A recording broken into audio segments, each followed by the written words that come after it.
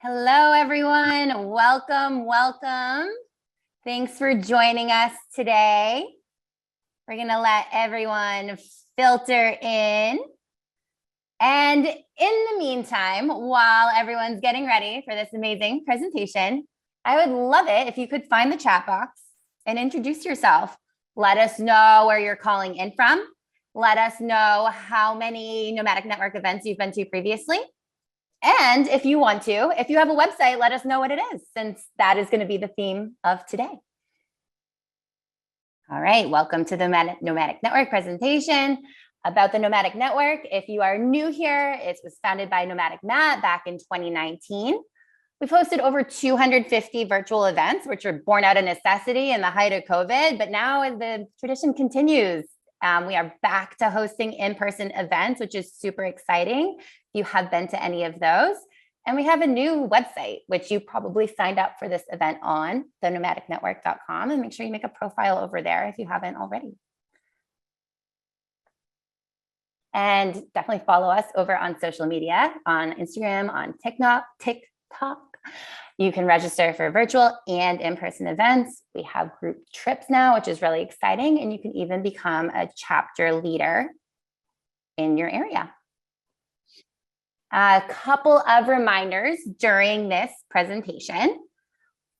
We love to see your faces. So if you want to have video on, we welcome it. It is exciting. Especially when you're presenting, it's so much better to look at people than blank screens, but whatever you feel comfortable with. Please stay muted for the duration of the presentation.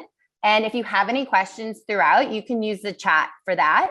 I'm hosting and will be monitoring the chat.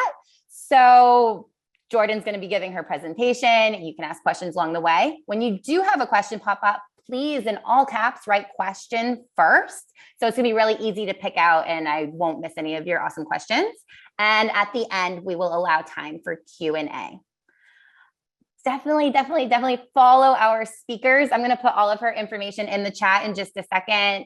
It supports them because they are here out of the kindness of their own hearts, sharing their knowledge and wisdom with us. And we really appreciate it. So I'm so thankful for you guys being here, and let's enjoy this time together. And now I'm going to introduce Jordan. All right, Jordan, my computer is frozen, so I am going to just turn it over to you. And I tried my best. Jordan's amazing. She's going to give an awesome presentation, and she's going to give the most badass introduction of herself as well. So without further ado, here is the amazing Jordan Campbell. Yes, thank you. And no worries, I do have an introduction slide in here. So I am assuming everyone can see my screen. Yes? Okay, perfect. So first, I just want to thank everybody here for attending. I want to thank Callie for hosting. I want to thank Nomadic Math for having me and the Nomadic Network. I appreciate all of you. And of course, I'm Jordan Campbell from @Global Debauchery, and I'm presenting here 25 ways to make your website or blog work smarter, not harder. I'm just checking. All right, so when we're done here, you're going to know a little bit more about me, how to build a heavy-hitting homepage, y'all, features you should be incorporating to your website, features you should not be incorporating to your website, what you can do to keep people clicking on your site, and how to convert those clicks to cash. And how I've decided to break it down is I've decided to break it into 5 easy to understand sections with 5 easy to understand user experience pointers in each. User experience is UX. If you come across that, that's what it means. UI means user interface, just FYI. So I'm Jordan Campbell. I am a travel blogger and content creator. I'm actually a third culture kid who's based in DC now. I'm an offbeat flash packer who lives to help people travel deeper. I've been to 62 countries now, all 50 states, drink in hand, always. You've probably seen me quite a bit on the Nomadic Network. I've been a speaker at the Travel Adventure Show. I work on the wonderful team. I'm the wonderful DC chapter director. I'll be speaking at WITS Puerto Rico and the Society of American Travel Writers Conference coming up. So if you guys aren't sick of me already, you're going to be, but I still love you guys either way. So Please follow me at Global Debauchery pretty much on every social media channel known to man. I am actually just starting my TikTok, so I don't have content yet. It's being created. So give me a follow now. I don't have anything on there, but you'll see something pop up sooner or later. Also, I'm going to provide a link at the end where you guys can subscribe to my newsletter. You'll get lots of travel inspo, fun tips. You'll actually even get a coupon or a promo code, I should say, for up to $100 off your next hotels.com stay. And I have a big announcement coming out, but we won't get to that until the end, saving the best for last. So a lot of people know me in the sort of travel community as a creator, but a lot of people don't know that in my former life, I was actually an award-winning designer and creative director. I have over 20 years experience with major global clients, including MasterCard, Blue Cross, Penn State, University of Maryland. For many years, I oversaw creative teams and made my living working on multi-million-dollar website builds, rebrands, the whole deal. So I know how I have a lot of experience building websites top to bottom, and you'll hear me use, just for the context of this conversation, websites and blogs sort of interchangeably. These concepts apply to any of them. And just if you're curious, you can see my sort of portfolio at Jordan-Campbell.com. That's CAMPBELL. And I just put a disclaimer out there, like everyone's blogs and portfolios, it really, really needs to be updated. So this is a judgment-free zone. Okay, so we're going to start off with this saying. We're going to talk a little bit about what it means to design or to have a good design. So you cannot understand good design if you do not understand people. Design is made for people. And this goes from everything. You can design anything. It's how you read an ad. It's how you use your toothbrush. That's called industrial design. It's how you stay at a hostel or hotel, amenities, where things are located. That is interior design, not interior decorating, not to be confused. So all of this too applies to your website or your blog. And what you need to think of is what really annoys you when you go to a website or a blog, and then do not do that because you know it annoys you. So just because you think it's cute on your site or you kind of like the idea of having it, it's not a good enough reason. It's not a good enough. You need to stick with good design. So I would love to see some folks' favorite or least favorite, I should say, things that happen when they go to a website or a blog. And I can give a ton of examples, but I want to get everyone's mind sort of going in what it means to have good blog or website design. I can I'll go ahead and take a stab and say, pages taking forever to load, when you can't close ads out on mobile, too many pop-ups, yep. And when the page skips, how about that? When you're like scrolling through mobile and you're trying to click on something and all of a sudden the page skips. So these are all things that we're going to talk about today. I'm going to tell you how to not do them. All right. So a lot of folks know this, again, if you attended any of my prior talks with TNN here before. So there was a Google announcement way back in 2020. They took some time to roll it out, but it is a big deal, and it's becoming more and more of a big deal that they are now taking user experience or UX, and they are making it a ranking like search factor for your pages. So that's not to say that keyword SEO doesn't matter anymore. It absolutely does. But it is now a ranking factor. For many, many years, not just since 2020, but even before that, there were a lot of algorithm updates from Google that were geared specifically towards understanding user intent. And user intent is directly tied to user experience. So user intent is, what are people looking for? What are they trying to do? What are they trying to achieve? Now, you can consider user experience or your website design the vehicle by which they achieve that, right? So the easier it is for people to use your site, the easier it is to deliver on their intent, right?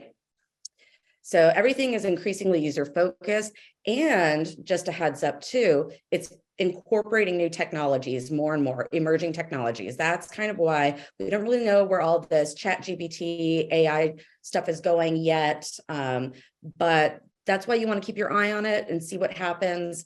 It's also the same reason, for example, like when you're on Instagram and start using Reels and you got rewarded for using Reels, or using any of their new features, like creating your Reels in Instagram, right? And using their templates. It's the same thing. So Google's going to reward you for using new and emerging technologies as well. And basically what they do, they take your UX score plus traditional SEO factors, the ones that many of us have known for years, and that equals your overall page rank. And most importantly, in cases where pages have similar keyword relevance, UX is going to play a defining role in your SERP. So that's going to be the tiebreaker. So just keep that in mind moving forward. And also, I don't know if anyone's noticed this yet or not. I hate it, but I don't know if a lot of people love it. Google very recently, literally within the last couple of weeks, just moved to infinite scroll. So instead of pages, they just have the scroll and the scroll and the scroll forever. Just a heads up that second page is still pretty far down the scroll. And I'm seeking additional information, and maybe just a heads up for anybody, things to consider. Because Google's now infinite scroll, there's a question in my mind of, is there an updated way to indicate your SERP, your like ranking on a different page to clients for pitching and campaign results now? Because you no longer say it's on the second page, right? So how are we referring to that? Because maybe it sounds better to be like, oh, I'm ranked number 11. Just an idea, but I'm gonna keep a tab on that and just see how it goes. All right, so enough about all of that stuff. Like, let's get into the meat of this. Okay, so section number 1, remember 5 sections, 5 points in each section. So section number 1, your overall website designs. Now, I've seen some crazy websites out there, y'all, and we got to have talks. We got to talk about this, okay? That's all I'm going to say. So I'm going to give you 1 big don't and 4 absolute do's. Okay, your big don't. And what I'm going to do too is I'm going to show them to you, and then I'm going to go to the next slide and I'm going to tell you why. So I'm going to show them to you, define what it means, tell you why on the next slide.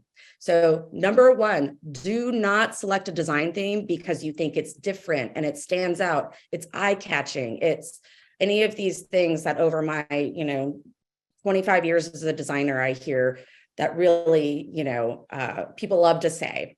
And I will tell you why. And this is a huge do not. That's probably my biggest one. Number 2, do incorporate intuitive site architecture. Now, what does that mean? So site architecture is basically like your site map, your organization, how your site is built, what's nested where in your menus. So that's what site architecture is. And you want to make that intuitive to users, right? They would know automatically landing on your page as a complete stranger to your page, where to go if they wanted to contact you, just an example, where to go if they wanted to find tips. Those things should be really intuitive. Number 3, select a mobile-friendly theme. And just FYI, I see a lot of people taking notes. So at the very end, I do have 1 slide that's all 25 tips that you can just screenshot. So number 3, do select a mobile-friendly theme. People talk about, so it's literally now, and a lot of it probably depends on your site, your audience. But for me personally, it's about 50-50 mobile desktop, how people view your material. Being mobile friendly really just means that your site, and they term it in a number of different ways. It's mobile friendly, it's a stackable theme, or it's blocks that can shift and stack for mobile. Also responsive. So it responds to different formats, whether that's your desktop, your iPad, different size phones. So that's what that means. Number 4, do have site-wide menu and search. This also goes for headers and footers. And it's basically site-wide. You want your menu and your search on every single page. You want that header and footer on every single page, site-wide, everywhere. Number 5, do optimize your graphics. I see a lot of people throwing up a graphic that they haven't optimized. This means that it's over a meg each. So that means that if you've got 20 images, you're going to have really long load times. It's going to take a long time, or you're going to get blurry images because of the way your content management system operates, and it's going to squeeze down your images. and all, you're going to have like a weird looking images because your images are huge. So I'm going to talk more in detail about each of these. Why and why not? Okay, this is the whole do not pick a theme because you think it's different and stands out. So a lot of these, the reason I say this, it's just not a good enough reason. It's not a good enough reason to choose a theme.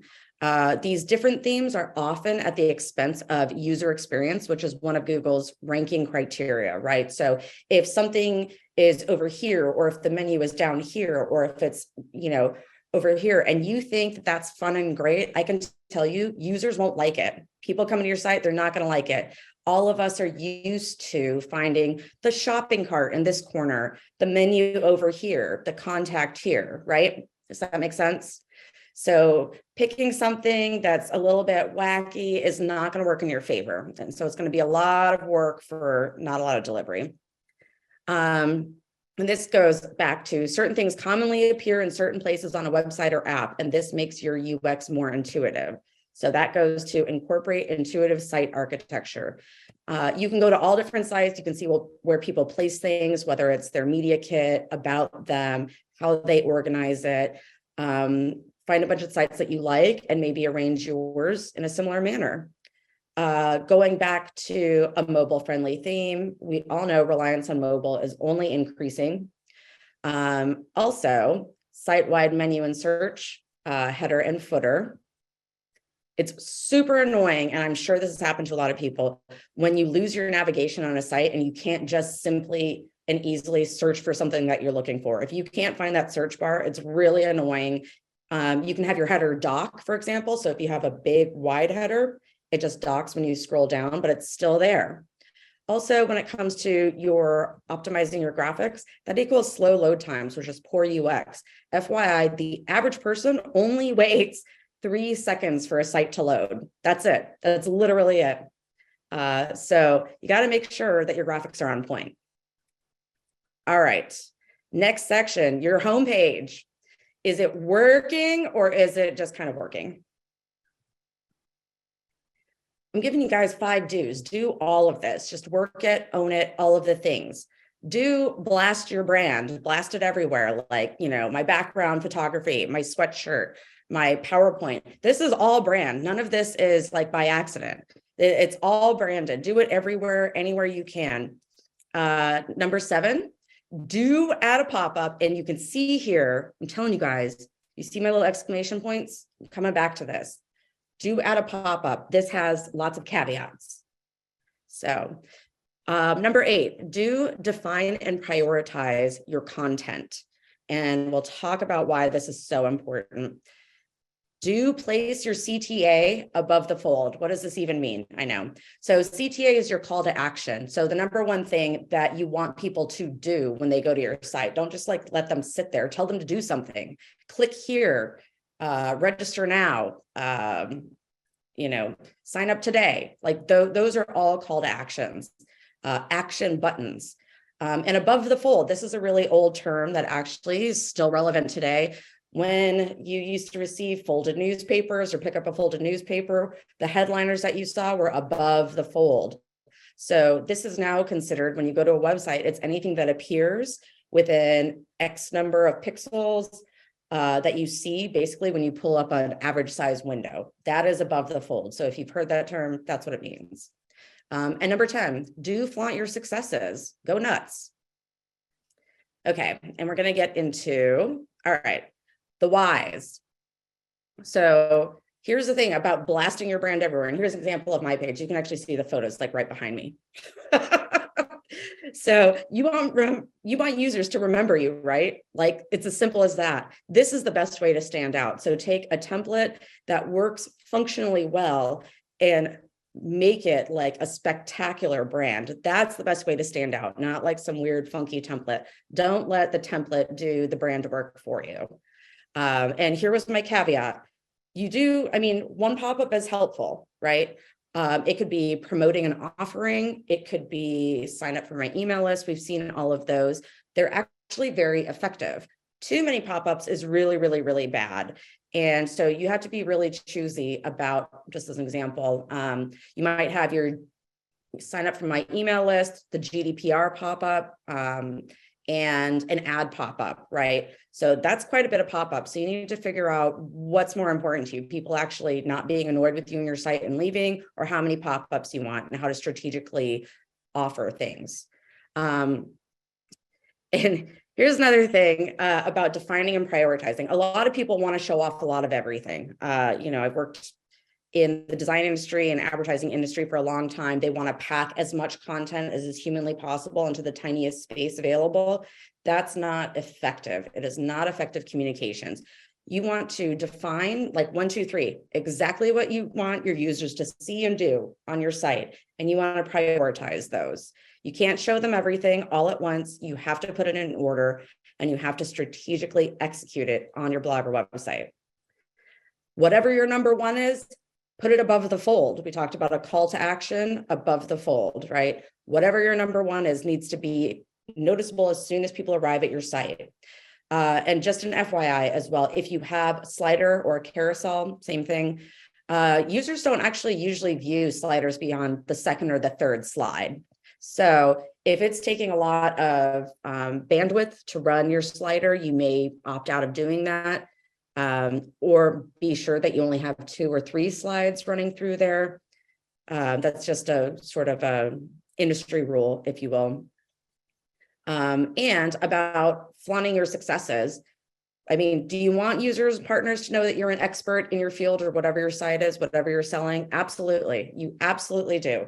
No one's going to do it for you. So make sure that you blast that loud and clear, basically saying, I am an expert. And you can see just sort of in the bottom right-hand corner here, I've got like some of the brands that I've worked with there, front and center.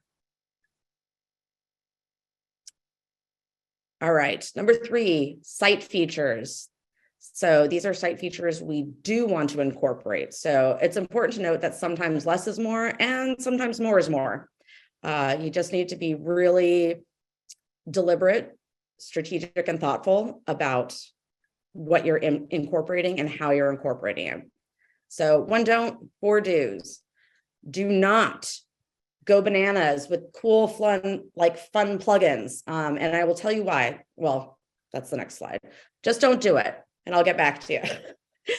Do stay on top of keyword SEO. Just because I'm telling you all this stuff about UX and how it's tying into search rankings doesn't mean that we can all just like let keyword SEO go to the wayside. It is still the major factor. It is just that UX is becoming more and more important. Do incorporate socials. This seems like a no-brainer for a lot of people, but you'd be surprised when people are missing that header bar or that search, that they have no socials to either sort of let people know where to follow them or to share via social. Do add a mailing list sign up. I'll tell you why. And do consider accessibility. So a lot of folks might have heard the term accessibility, but just so I can sort of explain what it means further. So accessibility really means giving more users access to your content, right? So you might have users who are hard of hearing or deaf. You might have users who are blind or unable to see. So these are the actions that we can take on the back end on our site to offer them access to your site as well. It could also be different languages is a type of accessibility. Okay, so here are the why and the why nots. I told you about all these fun, crazy plugins. The one that I think of mainly for travel sites are the really intense. I've been here, click and move maps and plugins, right? A lot of people love those. They are pretty cool. I had one for a while, I'm not gonna lie, but a lot of these plugins are really heavy memory-wise. They bog down your load time and your site speed, and that actually drags your whole site down in rankings. So just be really intentional about which ones you decide to put up. Are they useful? How much do they matter? Like, weigh your options. Again, keyword SEO is still a massive ranking factor. With sharing your socials, let people know where to follow you. So have your socials all outlined in your header and in your footer. I will put it in both places. Also on every single page that you have, like every single article that you post or blog post that you post, there should be a way for them to share on their socials your page. So there's sort of 2 types of socials, right? There's you telling them where to find you on social, and there is them sharing your content on their socials. Definitely get that mailing list in check if you do not have one. So, and this has happened to a lot of people that I know personally, actually. If anything happens to your socials, you will still have an audience if you have that mailing list. I actually, honestly, within the last year, I've known 2 major bloggers, you guys know them, who have lost their Instagram and or Facebook accounts. And that is a big deal. We're talking years and years and years of work, hard work, right? But they both still had their mailing list, which is more personable and accessible to their main audience. A note too, when it comes to accessibility, it's another ranking factor for UX. So the better your accessibility, the more people that have access to your work, the easier your site is to use, right? Ranking factor. Number 4, keeping users clicking. This is one more is definitely more. You want all the clicks all day, right? So we're going to show you how. Tell you, I should say. 5 do's. Again, I go to more is more, but this is like go bananas-ish, right? So again, everything is very strategic, thoughtful. So you do want to add always 3 to 5 internal links per page. Internal links, just in case folks don't know, referring somebody to another post of yours, having a top performing articles in a sidebar. There's so many examples, really. You do want all of your, this drives me insane. This drives me insane, you guys. Some of y'all got to fix this. Open internal links on the same tab.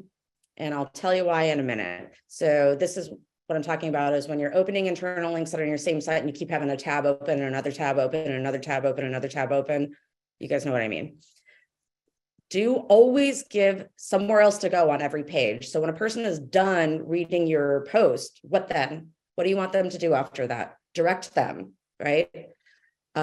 Do refer socials back to your site. Talk a little bit more about that. Do add sort of a, you might also like, right, to your posts. So, and here's why. I think they were all do's. Yeah, they were all do's. So it really should just be why, not why not. Adding internal links. So this is really good for SEO. It keeps people on your site. You're basically putting anchor links to yourself and showing your expertise, right? Just sort of continue. Sorry, my cat is tapping me. She wants to come up and hang out. So it's really good for SEO. It keeps people on your site. This is also the same reason why it's a huge no-no to open links to your own site in new tabs. So it drives people away. It basically moves them further and further and further away from where they originally were, instead of just being able to go back or forward, right? So the rule is, if it's on your site, open the tab or open the link in the same tab. If it's somebody else's, open a new tab so they don't lose your site. And it keeps people on your site. It helps with your bounce rates and your time on page, all of those things that people love to see on their websites and blogs. And we talked about this as well.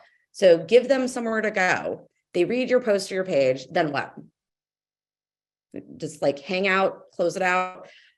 So give them somewhere to go. So at the bottom of your post, put, you could also have you might also like down there, similar articles. Make sure they have like a next post, previous post. Give them somewhere to go. You can put things in your right side column, recommendations, things like that. The top third, yes, and this is very important. Oh, I put these in the wrong order. I apologize for that. Confused myself. All right, so I'm going to skip to the very bottom bullet here because it actually relates to that. So always refer your socials back to your site. So it's really, really easy. I do the same thing. I have to tell myself to stop, to get really distracted by social media, promoting, yada, yada, yada. It's hard to create engaging content. But remember, your socials really serve to funnel back to your site, unless you are purely an influencer. They should serve to always funnel back to your site.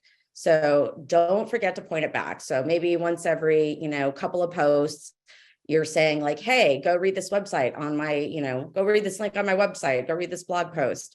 A good idea as well to increase your blog posts is that if you have a link in bio, create the link in bio on your own website. So create a new page, just put /link in bio.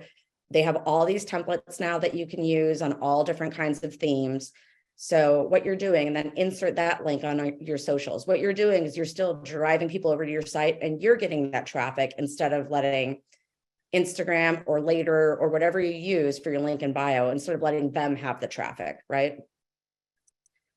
And this is where to add a you might also like or other call outs to your content. So just FYI, the top third of any given page are gold mines. If you do a collab with someone or a backlink collab, and you can manage to get like a keyworded link in their top third from a really good blogger, that's excellent. And it's going to give you more sort of SEO juice, as you put it. So all of your important information you want to put in the top third of your page. This is also where you want to put maybe you might also like. So if somebody likes this article, they can go over to this article. I tend to put, when I'm talking about itineraries, where to stay at the top. A lot of people don't love that because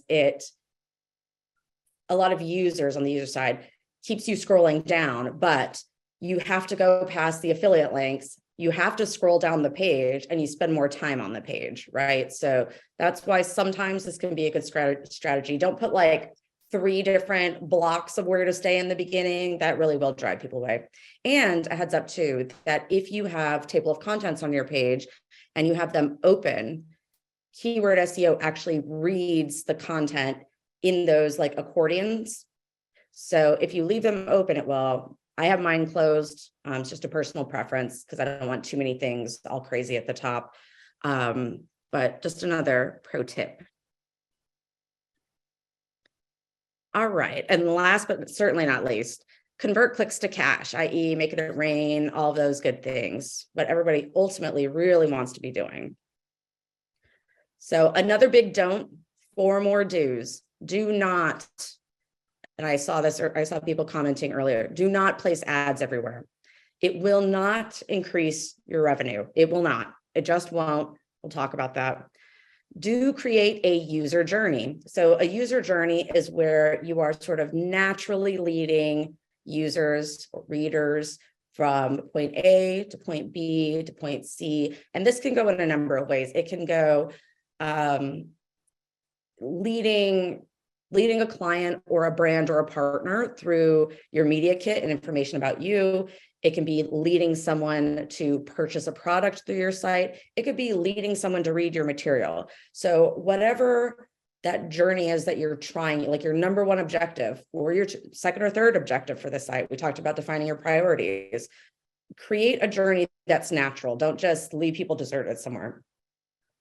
We'll talk a little bit more about that also. Do add affiliate links naturally. Do not overpack. Talk about that as well. Offer freebies. This is a big one. Offer freebies and do make use of testimonials. I know a lot of people hate those, but here's something that's going to blow your mind coming up. So do not use more ads. Users hate ads. They bog down your site speed. Too many, as we know, are excuse me my language, pain in the ass on mobile. They're hard to close out. So people get really frustrated with your site and they just leave. So if you think that inserting a whole bunch of ads is going to get you more money, it's really just people are popping up for a second and they're gone. You're not actually retaining them. You're not getting more money out of it. What retains them and what gets more money out of your ad revenue is keeping them clicking and keeping them on your site, right? So this is where less is more. So be very careful about that. So, and we talked about creating a user journey. When offering a product, any product, purposefully lead people through information, which eventually lands on a specific action. So you could, for example, an easy example I could think of, maybe when somebody signs up for your newsletter, you have what we call a nurture sequence, an email nurture sequence, where you're nurturing the reader, the viewer, the person who signed up. And you're leading them through information. And maybe your last, your third or fourth email in this series is, hey, buy my product. Here's a coupon to do this, something like that. Any of those things. So the thing about affiliate links, just going back to, oops, adding affiliate links naturally. So too many can equal spam. So it can either equal cash for you or it can equal spam for you. You get to choose.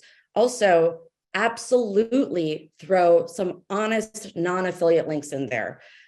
And you have to look at it from the user's perspective or just a human consumer shopping perspective, right? Like, would you trust someone whose only recommendations were for things that you were going to get paid out for? Or are you going to trust someone who has real recommendations that they may or may not get paid out for? Like, probably, I mean, include some non-affiliate links in there, you guys. Freebies. This is a big one. And a lot of people don't realize this. Freebies have a really, really, really magical way of bringing users to the promised land, to your promised land. If it's a good freebie, they will want more. They will keep coming back for more. And if it's really good, they're going to tell their friends about it. So offer freebies, lots of them. Actually, there's two really good sites I can think of that use this as a huge business model. And it is really, one is Uber Suggest with Neil Patel. You guys know him. One of his models is giving away tons and tons and tons and tons of freebies to people who are like, how is this even profitable? But they have one major ask at the end of all of it, right? You get a limited amount of XYZ, and then you're so ingrained with it that you're like, I have to have it. And actually, I'm a Wonderful member. So Wonderful gives out a lot of freebies as well, oftentimes. And it's all really good business. It generates business. It does not take away from your business. So here's something that a lot of people don't know. So testimonials with photos of actual humans, right? Actual humans, not just like text that's like blah, blah, blah, blah, blah, that scrolls really long or wide, hard to read. Actual faces have actually proven in marketing to be a psychologically effective marketing tactic. So whenever you go on sort of major sites, like especially like university sites or advertising all over the place, there's always a person. It's an actual person. It's not an ad. They're almost always actual people talking and giving testimonials. And even though I don't love them on my own site, like it's a really good tactic. The numbers show, the data shows, I should say. Okay. So does everyone feel like completely exhausted and overloaded right now? That's okay. A, it makes me happy if you are, because that means I've given you a lot of good information. But B, I'm putting the whole shebang right here to screenshot. I'll just give you guys a couple of minutes to do that. So screenshot, screenshot, screenshot. Okay, I think we're okay. All right. So, and just remember, after all of this, that bad design shouts at you. You always know when you land on a bad design, right? Like you're just like, oh, this is terrible. I want nothing to do with this.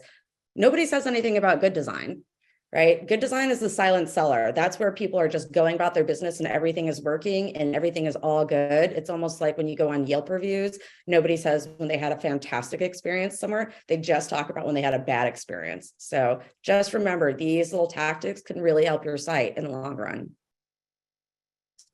And let's be friends.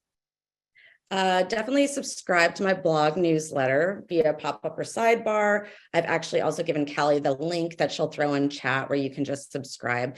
And you will receive, and this is my big announcement. So I'm actually going to be launching a course, a couple of courses. We'll see how the first one goes. Can't get too excited. But just to tell you a little bit more about it. So the first course that I'm launching is all about blogs and websites. It's going to be a 5-part series, all about setting your site up, all about UX, all about site speed and images, how to optimize, all about accessibility, and doing deep dives into features. So instead of just having everything crammed into 45 minutes, half an hour, like right now, these are going to be broken out with major deep dives. You're also going to get a lot of PDF checklists that you'll be able to download, including website audits, blog post audits, UX checklists, lists of different features that you can implement, and a whole bunch of resources that you can refer to outside of me. Upon launch, the course is going to be $249 for all 5 parts. And I am offering anyone today who wants to sign up and be ready for the launch offering, I think 50 off.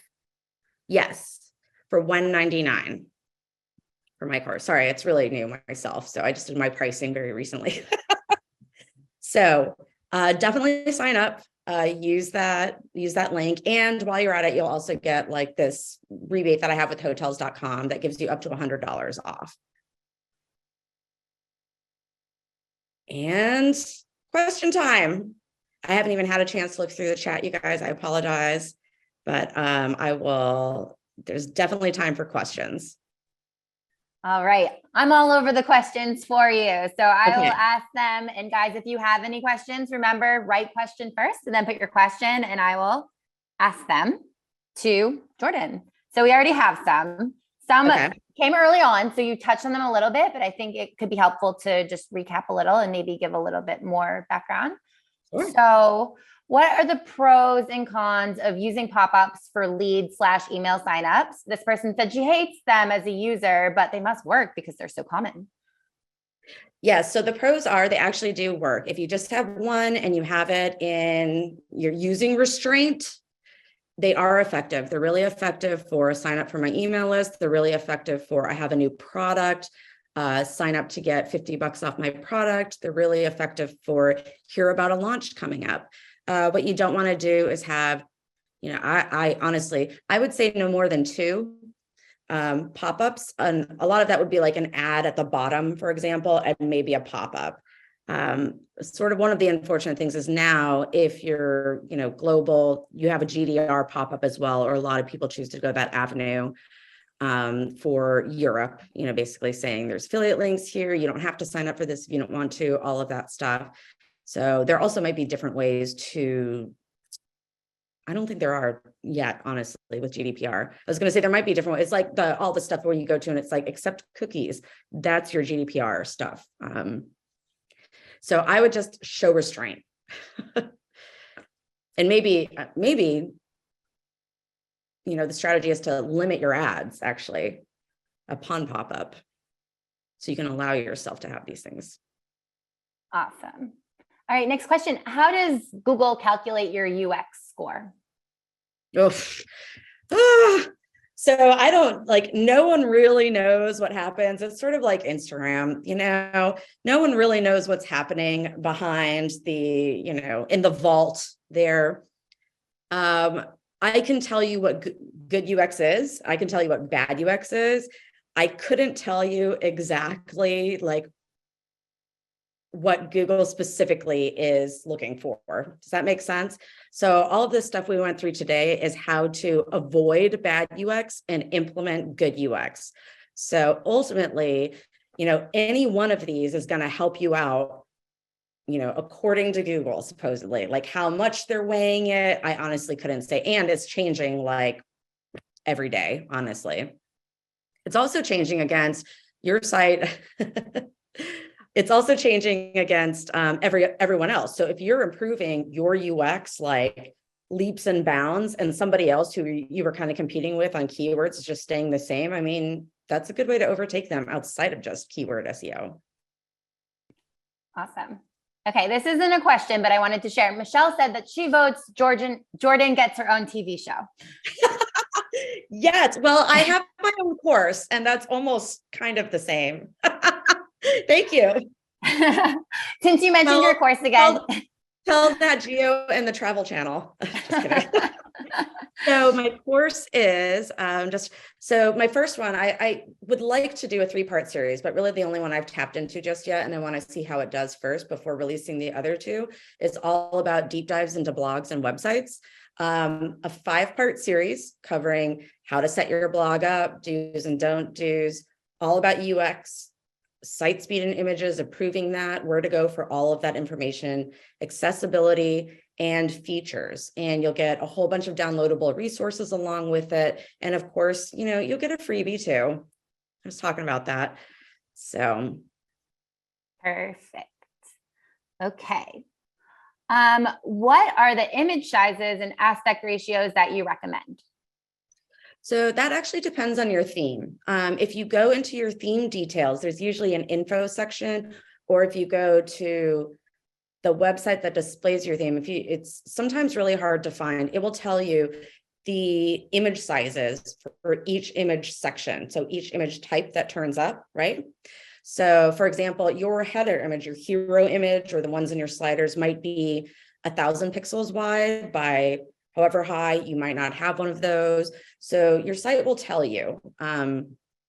And you really want to, when you're saving them, the easiest way that I can think of to do this, you want to save out. There used to be a setting in Photoshop that was optimized for web.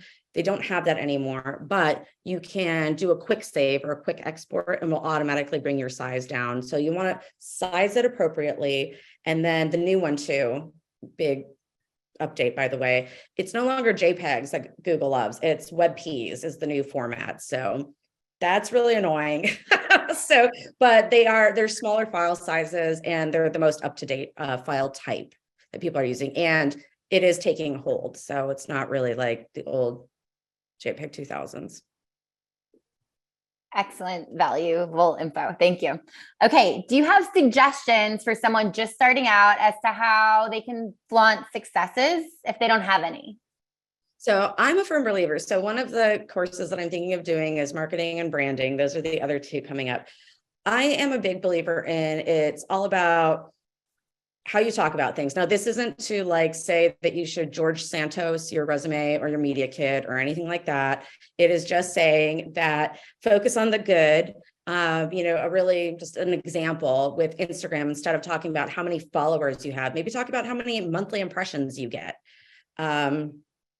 So maybe talk about your blog impressions instead of your unique users visiting each month. There are ways that, you can focus on the things that you're doing really well. Maybe you have exceptional engagement, or maybe you have really exceptional traffic month over month. So if you're a new blogger, you can say, just an example, my traffic has increased by X percent over the last 6 months or over the last 3 months. These are all really good ways to sort of build up your successes and start flaunting them.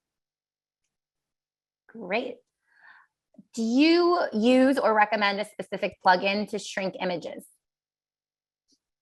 So I try to, because I try to stay away from too many plugins. I do try to size mine first, but I do have Smush installed for older images that I might have to go back through and do. So that's just one that I used. I did like Google a whole bunch and their positives and their negatives and what they do and they don't do. And Smush worked for me. You might be looking for different things for your theme and out of your site. So I would just give it a good Google and see what works. Great. Is PR rank score still relevant? Uh-oh, I think you cut out a little bit. Oh, sorry. The next question was, is PR rank score still relevant? PR? PR. PR rank score is still relevant. I think I'm going to need someone to define PR rank score for me. I don't know if that means it's not relevant or if I just don't even, if it's something that I should know about that I don't know. All right. So if that was your question and you want to clarify in the comments or just directly to me, please do so. And we'll move on to the next one.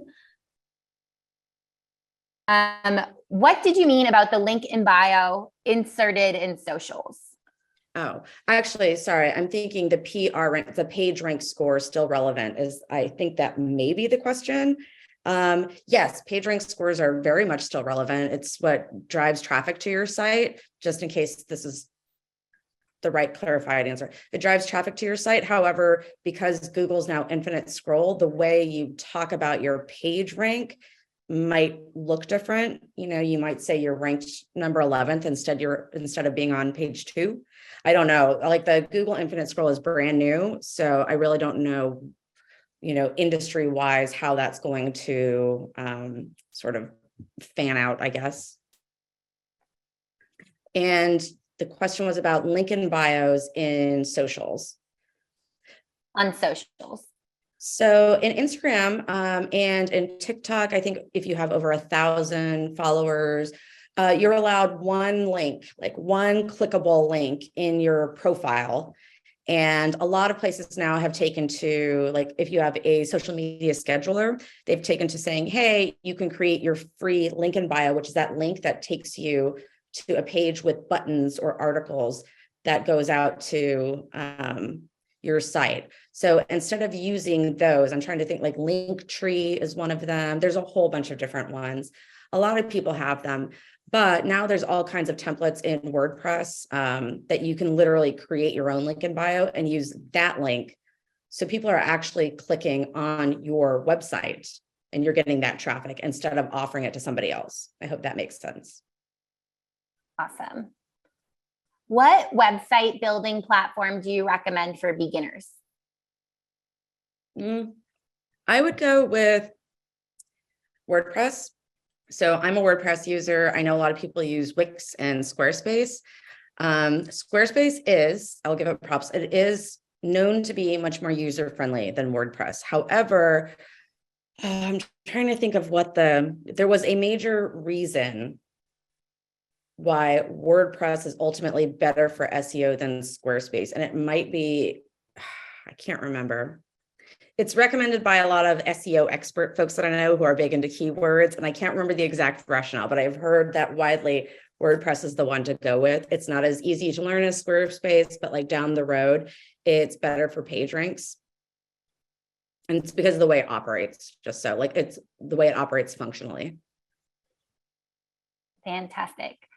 What are some best practices on growing your email list? Growing email lists. I mean, there's a lot of different ways you can insert into your blog articles. You know, there's some people who have sign up for my email list at the bottom of every page. I always have mine in the sidebar. So if you close the pop out up, it's always in the sidebar. You can even, I mean, what you might want to do is put it as a button on your link in bio that is now on your website and direct people to say, hey, I have more information about this on this Instagram or TikTok post, sign up here, you know, via my link in bio button. So those are some good ways. Also doing things like this, presenting, giving people information, giving people freebies and saying, you know, if you sign up for this, you can get this freebie, and then keep communicating with them. All right. As a new blogger, how do I collaborate with hotels or brands with only a few followers? So I started out, and this is different for everybody, honestly. I can just tell you my experience. Some people get really lucky and get like crazy followers and traffic out the gates. Some people, it takes a little more time. I started out by first going to lots of conferences, networking. There's a lot of conferences that have basically like speed dating for brands. T-Bex has it, Wits Wonderful has it. And actually, if anyone wants, I have a 15% off promo code for Wits. So it's in Puerto Rico in May. And let me put it in here. So you can get 15% off your Wits tickets with that promo code. Oh, wait. It's just Jordan 15. Sorry. But they have speed dating basically. So you can meet and mingle with brands. You can learn your pitch over, because you do it over and over and over again so fast. It becomes like second nature. I started pitching by asking for in kind. So just saying, hey, I'm going to be over here and you know, I'll give you social coverage in exchange for if you let me stay at your hotel for a night. And you have to be realistic about what you're from a business perspective, nothing personal. You have to pitch a ton. You're going to get a whole bunch of no replies. You're going to get some rejections, and then you're going to get some yeses. And really all you need is one yes to get started, right? So I would say pitch, work on your pitch, refine it every time, and work on your offer too. You have to be realistic about what value you can offer brands from a business standpoint, right? So if you have 1,000 followers, it's unlikely that you're going to be able to land like a $700 a night luxury hotel stay, right? For one night. It's just not advertising wise. You're like probably unable to offer that value, like that monetary value back. So you have to be thoughtful about that. And two, maybe you could start out with food tours that are like $100 or write reviews of places you've stayed where you're not partnering and use them as an example of the work that you can do, right? Fantastic. All right, we have 2 more questions and then we will wrap it up quickly. So time is finite. So when you're trying to build a website that actually makes money, what's a good ratio? Creating more content or optimizing, making freebies, marketing, socials, the stuff that you've already made? That's sort of like yes, it's sort of the question all of us want to know the answer to is like, how do I manage my life? How do I manage my whole life? One of the big things about earning page ranking is keeping your blog active. I mean, ideally, like once or even twice a week, you want to post new posts. That's not terribly practical for most people. So I think you just have to line up your priorities.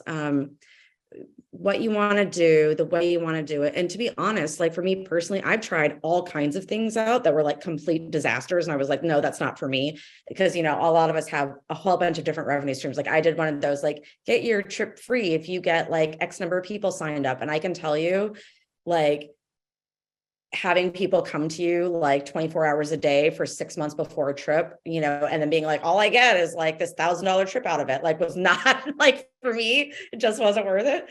But, I would just say prioritize and try new things too. Last question. How long after a trip do you recommend posting on your blog about the trip? I would say fairly immediately, because you might have information that's time relevant that you can offer to folks. You'll want to make sure that you are careful not to put anything too time relevant in there, just because like if you have a lot of posts about coronavirus, for example, they might not be relevant at all in another couple of years, or the information isn't up to date. So you're going to find yourself spending all your time updating instead of having relevant information. But that being said, particularly when you're working with brands, it's usually within 4 to 6 weeks that all of your content is live and posted. Well, at least that's how I do it. I know other people do it differently as well. Perfect. Well, thank you so much, Jordan. That was so valuable and so informative, guys. I put all of her contact info back in the chat, so be sure to follow her. And I'm going to just share a few Nomadic Network updates before we go.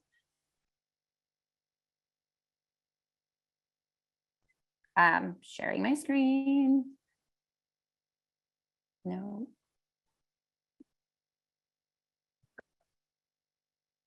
Okay, so we have some upcoming events online, just like these ones. So starting next Tuesday, the power of networking in the travel industry, becoming an English teaching assistant in Spain, and ways to save on booking flights.